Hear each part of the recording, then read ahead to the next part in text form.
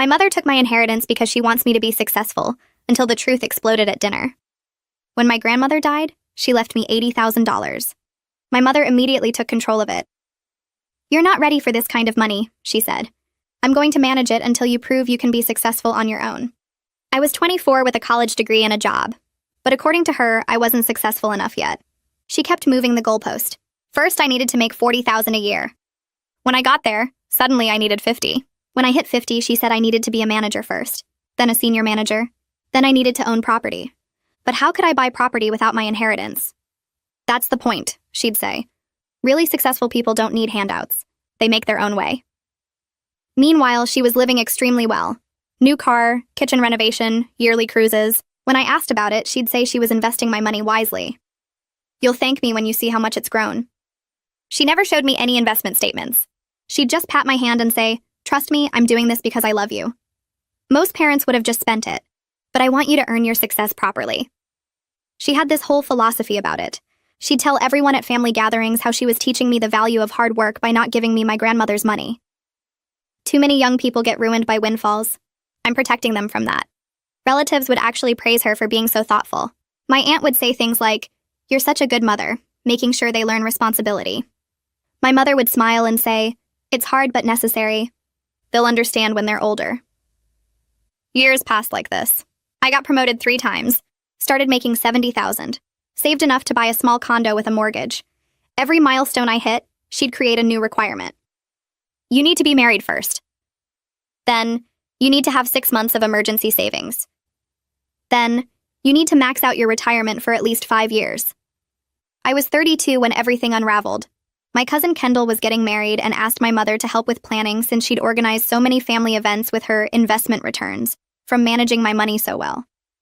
Kendall thought she was complimenting her. My mother smiled and said she'd love to help. The wedding planning got expensive fast. Kendall kept choosing pricier options and my mother kept encouraging her. "You only get married once," she'd say. "Don't settle for less than perfect." Kendall was stressed about the cost, but my mother waved her off. "I can help with some of it. I've been very fortunate with my investments." She ended up contributing $30,000 to Kendall's wedding. She wrote the check right in front of everyone at the family dinner, making this big show of her generosity. Kendall was crying with gratitude. Everyone was saying how wonderful my mother was. That's when my Uncle Robert, who's an accountant, made an innocent comment. "That's so generous, especially since you're managing that inheritance for Jamie. Must be hard to keep those funds separate." My mother went completely still. "What inheritance?" Kendall asked. Robert looked confused. "The money from Grandma. Your aunt's been managing it until Jamie proves they're successful enough." He turned to me. "By the way, you should probably get those funds transferred soon. There's tax implications if a parent holds money for an adult child too long." The whole table went quiet. Kendall looked at my mother. "You gave me Jamie's inheritance money?" My mother started talking fast. No, that's my investment returns. I've been very careful to keep everything separate." But Robert wasn't done.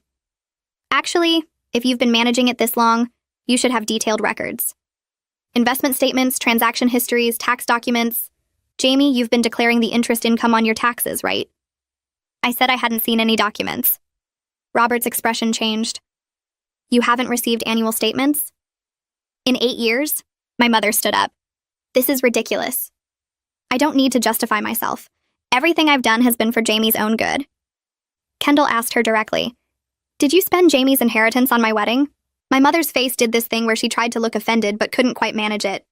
"How dare you accuse me of that? I was helping you out of love." "With Jamie's money," Kendall said flatly. "Show us the investment account then," Robert said. "Just pull it up on your phone. Prove the money's still there." My mother grabbed her purse and screamed, "I don't need to prove anything to any of you. You're all ungrateful." Requested Reads is on Spotify now. Check out link in the description or comments. She stormed out the front door and slammed it so hard the windows shook. Nobody moved. Nobody spoke. I could hear my own breathing and the tick of the clock on the wall and nothing else. Kendall was staring at me with this look on her face like she was seeing me for the first time. Her mouth was open slightly and her eyes were getting wider. Robert had his phone out already and was typing something fast with his thumbs.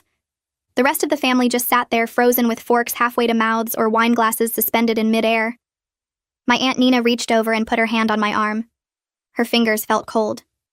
Kendall pushed her chair back and stood up. The legs scraped against the hardwood floor and the sound made everyone jump.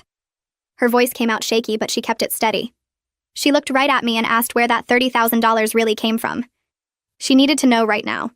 Her parents moved closer to her on both sides like they were forming a wall of support. Her mom put an arm around her waist. Her dad touched her shoulder. Robert looked up from his phone and started talking in this calm accountant voice. He told everyone to stay calm and said if there was a real investment account somewhere, there would be records. Bank statements and transaction histories and tax documents. He turned to me and asked when I last saw any paperwork about the inheritance. I felt my face get hot. I told him I never saw anything. Not in 8 years. Not once. The words came out quiet and I realized how stupid that sounded. How could I go 8 years without seeing a single statement or document? Robert's whole face changed. His eyebrows went up and his mouth got tight. He asked me to repeat that and I did. Nina squeezed my arm harder and asked me directly how much my grandmother left me. I looked at her and said $80,000. The whole table exploded. People started talking over each other. Someone said that's a lot of money. Someone else said, how does that just disappear? My uncle was shaking his head. Kendall's grandmother started crying. Robert held up his hand for quiet and everyone stopped talking. Gregory stood up and said they needed to call my mother back right now. She needed to come back and show everyone proof that the money was still there. Show the investment account on her phone. Show something. Robert nodded and pulled up her number. He put the phone on speaker and we all listened to it ring. It rang 6 times and went to voicemail. He tried again. Same thing. He tried a 3rd time and this time it went straight to voicemail like she'd turned her phone off. Kendall made this sound like a sob and a gasp mixed together. She sat back down hard in her chair and put her face in her hands. She said she felt sick. She said her wedding might have been paid for with my stolen money. I reached across the table and tried to tell her this wasn't her fault. She didn't know. None of us knew. But she was crying now and saying she never would have accepted that money if she'd known. She would have found another way. She would have had a smaller wedding. She would have done anything except take my inheritance. Her mom was crying too now and her dad looked like he wanted to hit something. Robert put his phone down and looked around the table. He said we should all go home for tonight, but we needed to meet tomorrow at his office. We needed to start writing everything down. Every conversation I could remember about the inheritance. Every excuse my mother gave. Every time I asked about statements. He said we needed to treat this like a fraud case because that's probably what it was. We needed to gather all the information we could. Kendall looked up at me with red eyes and mascara running down her face. She asked if I was going to sue my mother. I didn't know what to say. I just sat there looking at my plate. Robert said first things first. We needed to document everything and then figure out what options I had. Legal options. He knew people who handled this kind of thing. Family theft cases, inheritance disputes, people who could help. Nina asked if I had anywhere to stay tonight. She said I could stay with them if I didn't want to be alone.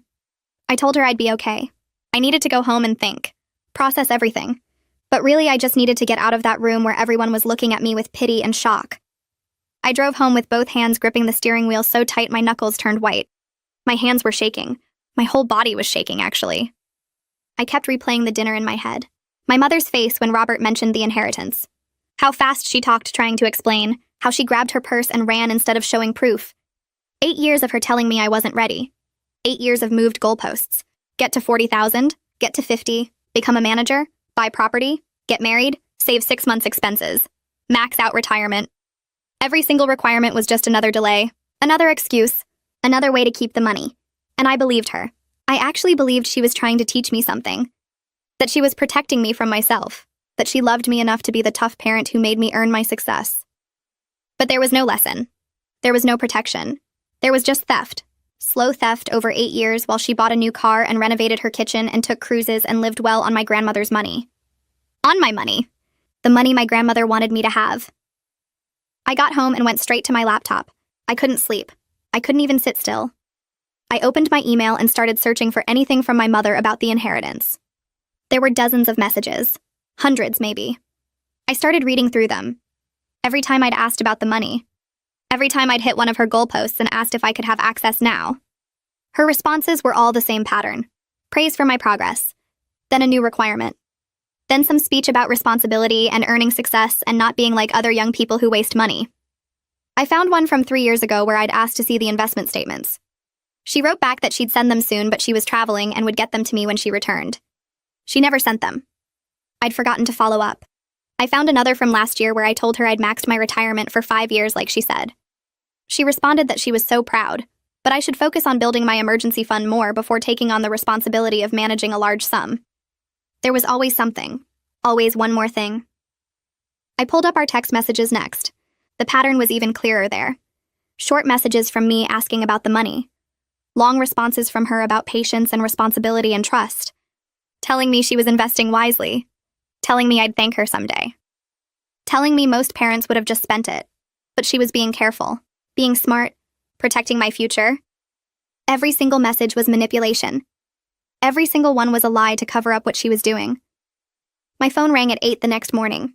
I'd been awake all night sitting on my couch surrounded by printed emails and screenshots. Robert's name showed on the screen. I answered, and he said he'd spent the evening making calls. He had a lawyer friend who handled family theft cases, financial abuse situations, elder abuse usually, but she'd worked on cases like mine before. She was willing to meet with me and talk about my options. Her name was Aurelia. He gave me her number and said I should call today. He also said he and Kendall and her parents wanted to meet at his office that afternoon if I was up for it. Start building a timeline. Start documenting everything. I said yes. I said I'd be there. I asked if he really thought my mother stole everything. He was quiet for a second. Then he said yes. He said there was no other explanation. If she had investment accounts, she would have shown them last night. She would have pulled up her phone right there at the table and proved everyone wrong. Instead, she ran. People who are innocent don't run. They don't scream and deflect. They show proof. I thanked him and hung up. Then I called Aurelia's number. A woman answered on the second ring. I told her Robert gave me her name. She said she'd been expecting my call. She asked if I could come to her office that afternoon before I met with Robert. She wanted to hear my story and talk about what options I might have. Legal options, ways to get my money back. I said yes. I said I'd be there at 2. She gave me the address and said to bring any documentation I had. Any emails or texts or notes about the inheritance. Anything that showed what my mother promised and what she actually did. I looked at the papers spread across my couch and coffee table. I had plenty of documentation. I had 8 years of lies in writing. Robert's office felt cold when I walked in the next afternoon. He'd already covered one wall with a huge whiteboard divided into columns. Years across the top. My achievements down the left side. My mother's excuses in red marker filling the middle. Kendall sat at the conference table with her parents, Nina and Gregory. They all looked up when I entered. Robert handed me a legal pad and told me to start writing. Every conversation I could remember about the inheritance. Every excuse my mother gave. Every time I asked to see statements. I sat down and started filling pages. First year, she said I needed to make $40,000. Second year, $50,000. Third year, manager position. The pattern looked worse written out like this. Each requirement perfectly timed to keep me waiting. Each excuse designed to sound reasonable. Kendall pushed a folder across the table to me. Wedding planning documents, vendor contracts, payment records. On top sat a copy of the check. $30,000 from my mother's personal account, dated 4 months ago. Kendall's hands shook as she explained she'd brought everything that showed money from my mother. She said she needed to help prove what happened, even though it meant facing that her wedding was funded by theft. Her voice cracked on the last word. Robert took the folder and added the check copy to his evidence wall. He explained that without any investment account papers, the burden of proof was on my mother to show where the money went. The fact that she ran away screaming instead of pulling up statements on her phone was extremely telling. In his professional opinion as an accountant, legitimate investments always have paper trails, always have statements, always have tax documents. The complete absence of documentation after 8 years meant one of two things. Either the accounts never existed, or my mother was hiding them. Both options pointed to theft. Nina spoke up from her seat. She admitted she always thought it was odd that my mother controlled my inheritance for so long. She'd assumed it was some kind of trust arrangement, some legal structure that required parental oversight. She felt guilty for not questioning it more directly over the years, for praising my mother's wisdom instead of asking to see the actual investment accounts. Gregory nodded and said they should have pushed harder when I hit every milestone and still couldn't access the money. The whole family had enabled this by accepting my mother's explanations without proof. I left Robert's office with copies of everything and drove straight to Aurelia Redmond's law office downtown. She'd agreed to meet me that afternoon. Her assistant brought me to a conference room where Aurelia was already waiting. She asked me to tell her everything from the beginning. I walked through the whole story. The inheritance, the 8 years of excuses, the wedding money, the dinner confrontation, my mother's refusal to show any documentation. Aurelia listened without interrupting and took notes on her laptop.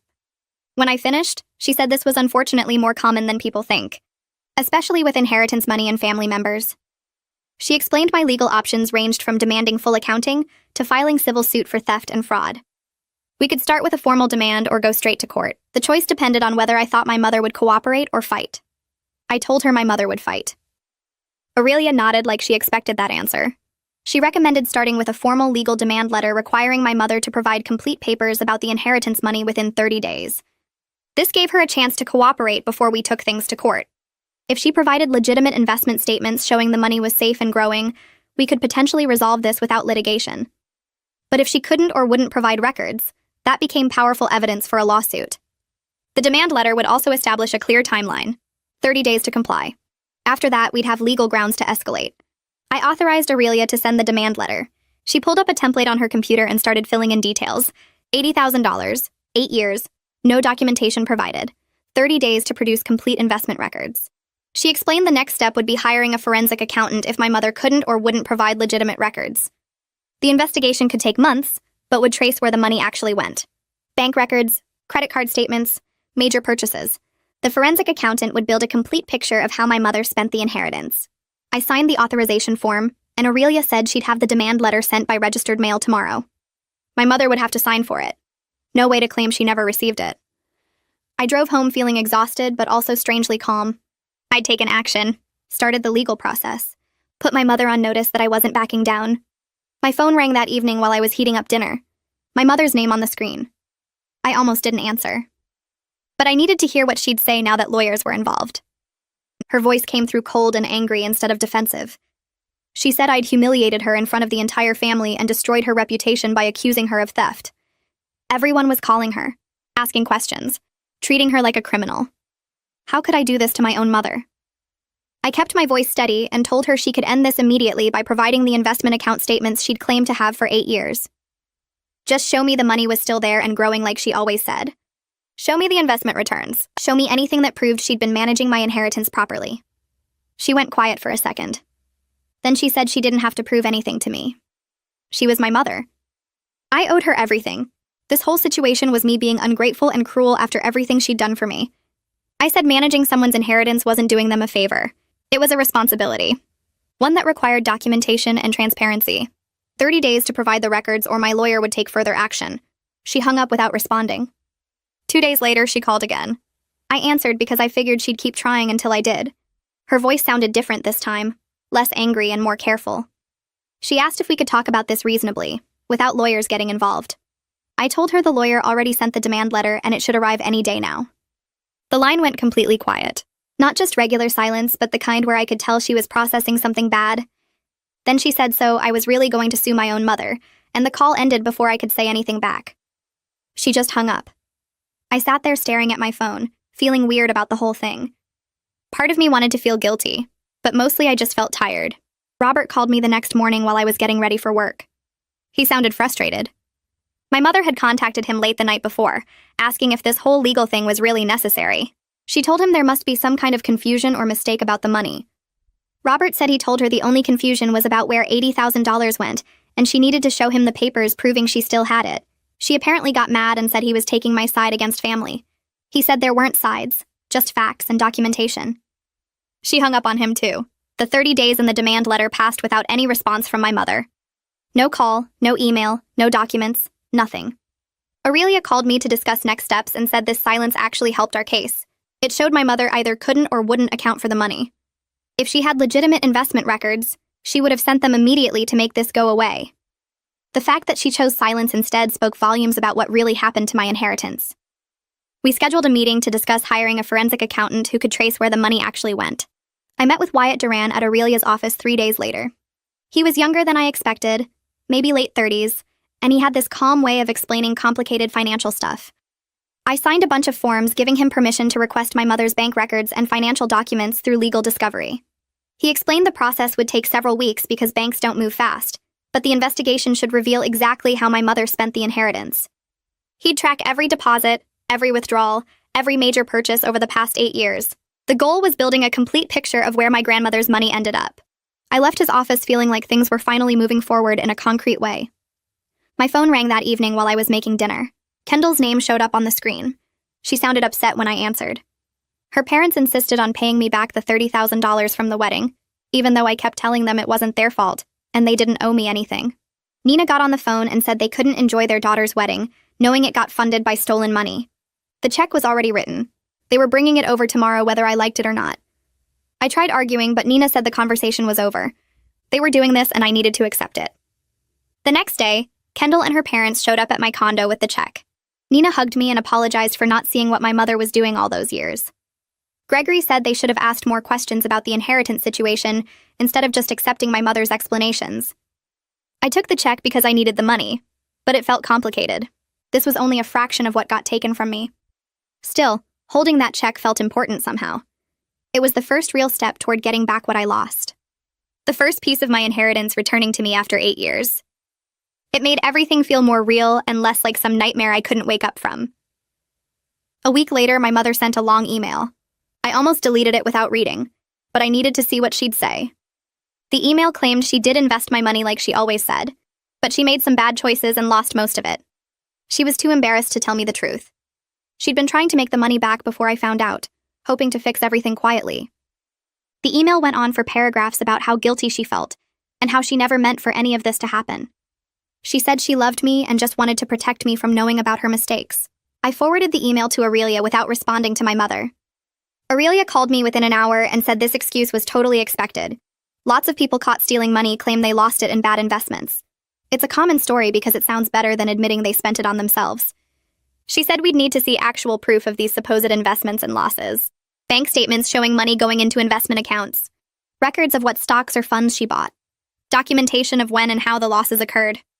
Without proof, this email was just another story. She forwarded everything to Wyatt to include in his financial investigation. The stress of everything started getting to me in ways I couldn't ignore anymore. I wasn't sleeping well. I kept replaying conversations with my mother from over the years, seeing the manipulation I'd missed before. Robert suggested I talk to someone professional about processing all this. He gave me the name of a therapist who worked with people dealing with family financial abuse. I called Annika Schulze and got an appointment for the following week. Her office was small and comfortable, not sterile like I expected. She asked me to start from the beginning, so I told her about my grandmother's death and my mother taking control of the money. About the 8 years of moving requirements and excuses. About the dinner where everything fell apart. Annika listened without interrupting, taking notes occasionally. When I finished, she said what happened to me was financial abuse combined with systematic gaslighting.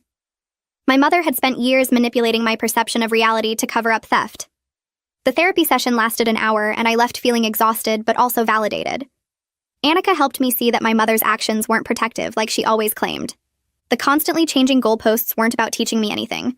They were designed to keep me compliant and doubting myself while she spent my inheritance. Every time I met a requirement, she created a new one because she needed more time to spend more money.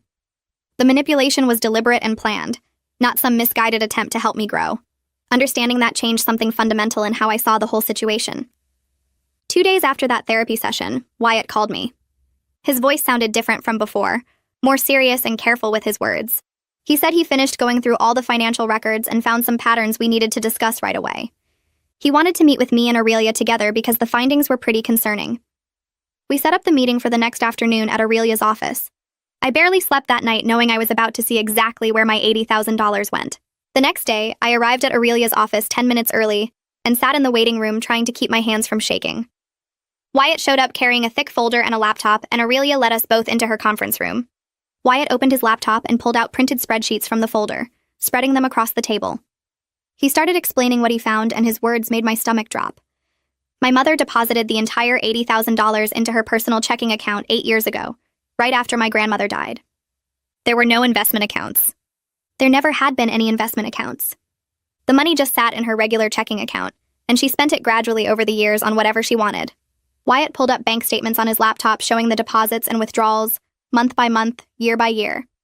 He walked me through the major expenses using a spreadsheet he created. The new car she bought 3 years ago cost $28,000, paid in full with a single check.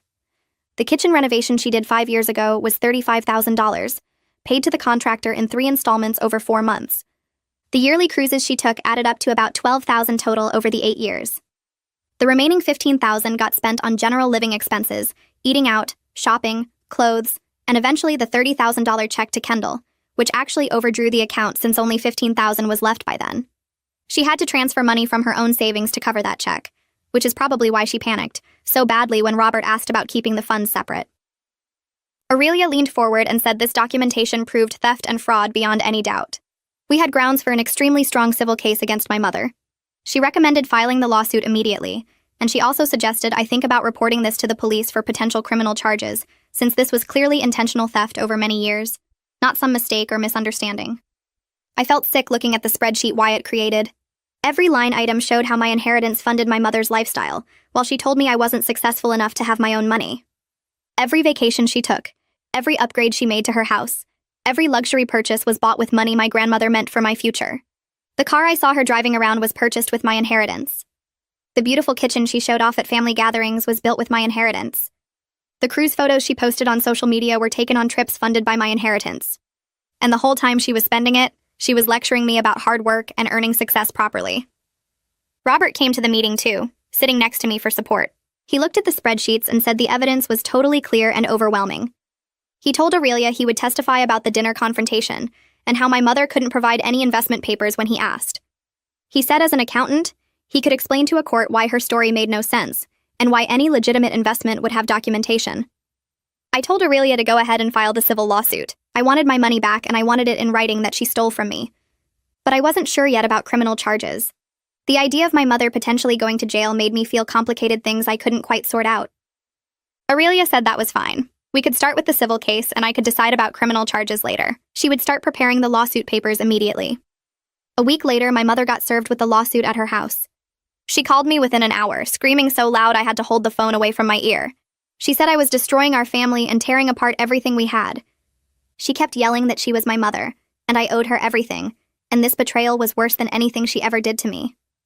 I didn't argue with her or try to explain myself. I just said calmly that she stole $80,000 from me and I wanted it back. She started to say something else, but I hung up. Then I blocked her number on my phone like Annika advised me to do for my mental health. Over the next few days, several family members reached out to me. Some of them were the same relatives who used to praise my mother's wisdom about teaching me responsibility. They apologized for not questioning the situation more carefully over the years. They said they should have realized something was wrong when she never showed any investment statements or let me have access to my own money. My Aunt Nina called and said she felt terrible for not speaking up sooner, and she was proud of me for standing up for myself now. A few relatives called me in the days after that, and they weren't supportive like Nina. My mother's sister told me I was being vindictive, and that family matters should stay private. She said I was destroying our family over money, and that I should be ashamed. Another cousin sent me a long text about how I was tearing the family apart, and that my mother made mistakes but didn't deserve this public humiliation. I felt angry reading these messages because they were acting like I was the problem instead of the person who stole $80,000 from me. Nina found out about these calls and sent an email to the whole family. She wrote that people criticizing me didn't understand the full situation and should review Wyatt's forensic report before making judgments. She attached the report to the email showing exactly how my mother spent my inheritance on herself while lying to me for 8 years. After that email went out, most of the critical relatives went quiet. 2 weeks after the lawsuit was filed, Aurelia called me at work. She said my mother hired a lawyer who contacted her about settling the case before trial. The lawyer sent over a settlement proposal that morning. I asked what they were offering, and Aurelia said $40,000 paid in installments over 5 years. I felt my face get hot hearing that number. $40,000 was only half of what was stolen, and spreading it over 5 years meant I might never see all of it if my mother decided to stop paying. Aurelia said the offer was insulting given the strength of our evidence, and that my mother's lawyer knew they would lose at trial. She recommended I reject it completely. I told Aurelia I wanted to reject the settlement and that I wanted full restitution plus interest and legal fees. My mother had 8 years to make this right, and instead she spent every single dollar while gaslighting me about success and responsibility. I wasn't going to accept half the money stretched over 5 years like some kind of favor. Aurelia said she would respond to my mother's lawyer, making it clear we were prepared to go to trial and win. That afternoon, I had my regular therapy appointment with Annika. I told her about the settlement offer and how angry it made me. Annika asked me to talk about what I was really angry about beyond just the money itself. I started listing things and realized there were so many. The money would have let me buy a better home in a neighborhood I actually wanted to live in, instead of the small condo I could barely afford. I could have started the business I always thought about, but never had the capital for. I could have invested in my future instead of struggling paycheck to paycheck trying to meet arbitrary goalposts that kept moving. I could have traveled or gone back to the school or had financial security. Instead, I spent 8 years working myself to death trying to prove I was successful enough while my mother lived off money that was supposed to be mine. Annika helped me see that the anger wasn't just about what was taken, but about all the opportunities I lost and the years I wasted trying to earn something that was already mine. The legal process moved forward over the next few weeks. Kendall had to give a deposition about the wedding money and what she knew about my grandmother's intentions for the inheritance. She called me the night before looking nervous and said she felt terrible about having to testify against her aunt. I told her I understood, but that I needed her to be honest about what happened. The deposition happened at Aurelia's office, and Kendall was there for about 2 hours. Aurelia told me afterward that Kendall did well and was clearly uncomfortable, but remained truthful about everything she witnessed. She confirmed my mother contributed $30,000 to the wedding, and that my mother told everyone it came from successful investments. Kendall also testified about conversations with my grandmother before she died, where my grandmother specifically said the $80,000 was meant to help me build a good life.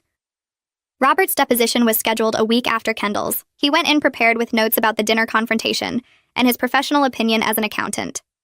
Aurelia said his testimony was really damaging to my mother's defense because he explained in detail why the lack of any investment documentation over 8 years made my mother's story impossible to believe. He walked through what legitimate investment management would look like and how there would be quarterly statements, tax documents, and clear paper trails.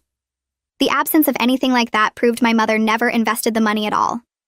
A month after Robert's deposition, my mother's lawyer contacted Aurelia again requesting mediation. The lawyer acknowledged that the evidence was problematic for their case and suggested we try to reach an agreement through mediation instead of going to trial. Aurelia said this was a good sign because it meant they knew they would lose badly if we went in front of a judge. She said we should agree to mediation because we could negotiate a much better settlement now that they understood how strong our case was. The mediation was scheduled for 2 weeks later at a neutral office downtown. I was nervous driving there that morning because I would have to be in the same room as my mother for the first time since she got served with the lawsuit. Annika had prepared me for this in our sessions and reminded me to stay focused on the facts and not get pulled into emotional arguments. The mediation room was small with a long table and the mediator sitting at the head. My mother and her lawyer were already there when Aurelia and I walked in. My mother wouldn't look at me at all and kept her eyes down on the table. She looked smaller than I remembered, almost shrunken in her chair. Her lawyer did most of the talking while she sat there silently. The mediation went on for hours with breaks where the mediator would talk to each side separately. My mother's lawyer kept trying to argue that she had made mistakes but didn't intend to steal from me. Aurelia shut that down by pointing to Wyatt's forensic report showing systematic spending over 8 years. Every time they tried to lower the settlement amount, Aurelia would remind them what a judge would likely award, plus legal fees and interest. By late afternoon, my mother's lawyer came back with a new offer. $75,000 including interest and my legal fees. My mother would have to sell her car and take a home equity loan against her house to come up with the money. The payment would be made within 60 days. Aurelia said this was probably the best we could get without going through a full trial, which could take another year. I looked across the table at my mother, who was still staring down, refusing to meet my eyes. I accepted the settlement even though it didn't fully cover what was taken from me. Aurelia explained that getting more would require a lengthy trial with no guarantee of a better outcome, and my mother might not even have more assets to take. This way, I would get most of my money back quickly and could move forward with my life. Aurelia sent me the final settlement agreement 3 days later, and I read through every page carefully. The document included a section where my mother had to acknowledge in writing that she received my $80,000 inheritance in trust and misappropriated those funds for personal expenses, including a vehicle purchase, home renovation, vacation travel, and contributions to family events. Seeing it spelled out in legal language made it feel more real somehow. This wasn't just my word against hers anymore. She had to sign her name admitting what she did. The agreement also included a no-contact provision that prohibited my mother from contacting me directly through any means for a minimum of 2 years. If she violated this restriction by calling, texting, emailing, or showing up at my home or workplace, she would owe an additional penalty of $10,000 per violation. Aurelia said this was important because it gave me legal protection from further manipulation attempts while I worked on healing. I signed the agreement and sent it back. My mother's lawyer confirmed she signed it too, though Aurelia said she apparently cried through the whole process. I felt nothing when I heard that. Maybe I should have felt something, but I just didn't. The settlement money arrived in my bank account exactly 58 days after mediation. I logged into my banking app and stared at the number for a long time. $75,000. I got most of my inheritance back after 8 years. I should have felt purely happy or relieved, but instead I felt this weird mix of emotions I couldn't quite name. Relief was definitely there because I finally had the money my grandmother wanted me to have. But there was also this deep sadness that wouldn't go away. I couldn't get back those 8 years of being told I wasn't good enough. I couldn't undo all the times she made me doubt myself or question my own success. The money was back, but the relationship with my mother was gone forever. That person I thought she was, the mother who wanted to protect and guide me, never actually existed. She was always just someone who saw an opportunity to take what wasn't hers. I talked about this in my next session with Annika. She listened while I tried to explain how strange it felt to have won, but still feel like I lost something important. Annika said what I was experiencing was grief, and that mourning the mother I thought I had was actually a necessary part of healing. She explained that I wasn't mourning the woman who stole from me. I was mourning the idea of a mother who loved me enough to put my needs first. That version of my mother never existed, and accepting that truth was painful, but also freeing in a way. I didn't have to keep trying to earn her approval or meet her standards anymore. Those goalposts she kept moving weren't about helping me grow, they were about keeping control of money that was never hers. Understanding that helped me stop blaming myself for not being successful enough sooner.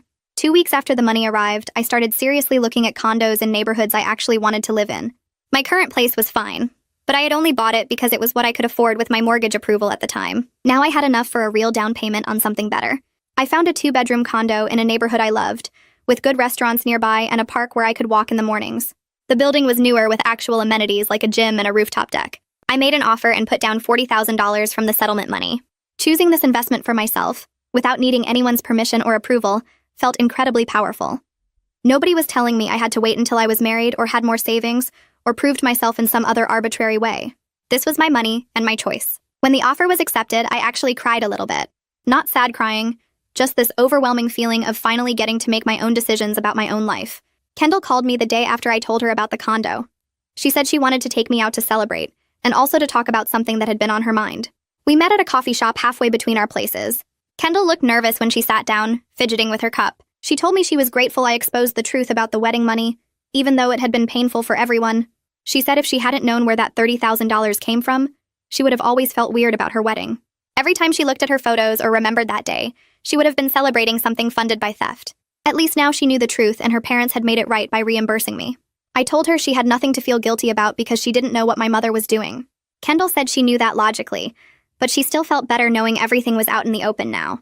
We ended up talking for 2 hours about family and trust, and how weird it was that we were closer now than we had been before all this happened.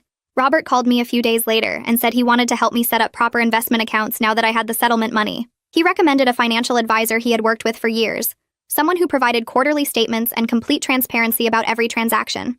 I met with the advisor the following week and opened several accounts, including a retirement fund and a regular investment account.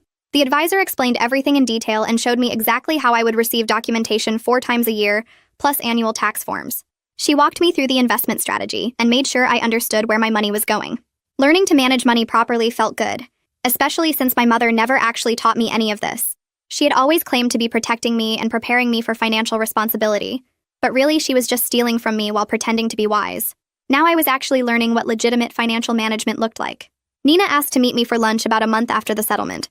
We sat in a quiet restaurant booth and she got right to the point. She told me she had limited her contact with my mother significantly because she couldn't forgive what was done to me. Nina said she still talked to her sister occasionally because they were family, but the relationship had changed completely. She said some betrayals were too fundamental to overlook, even between sisters. What my mother did wasn't just a mistake or a moment of weakness. It was 8 years of calculated theft and manipulation of her own child. Nina said she couldn't respect that or pretend everything was fine. She wanted me to know she was on my side and always would be, and that she was sorry she hadn't questioned things more carefully when my mother was controlling the inheritance. I thanked her for saying that and told her I didn't blame her for not seeing it sooner, because my mother was very good at making her lies sound reasonable. 6 months after the settlement, I was doing surprisingly well both financially and emotionally. I had moved into my new condo and made it feel like home. My investment accounts were growing steadily, and I received quarterly statements showing exactly where my money was and how it was performing. Work was going well, and I had gotten another promotion. I still had complicated feelings about my mother, and probably always would.